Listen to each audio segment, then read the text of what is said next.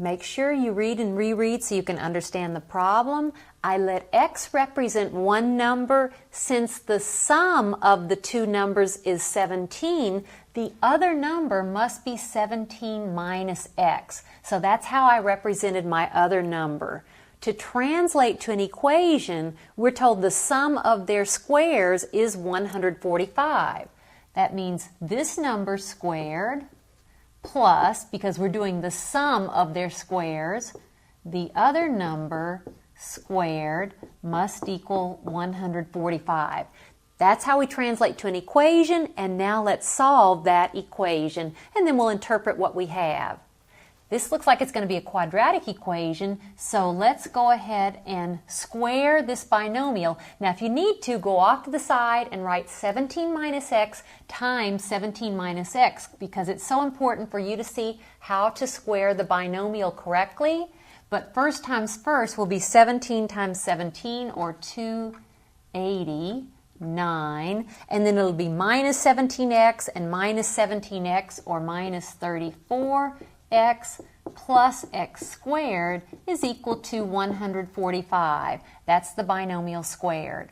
Now x squared plus x squared, that's 2x squared minus 34x, and then I'll have 289 minus 145, and that is 144 equals 0. So I did subtract 145 from both sides at the same time.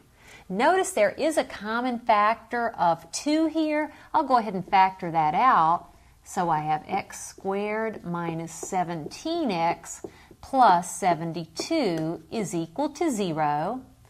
Keeping my 2, I'm going to now draw 2 sets of parentheses and try and factor this trinomial.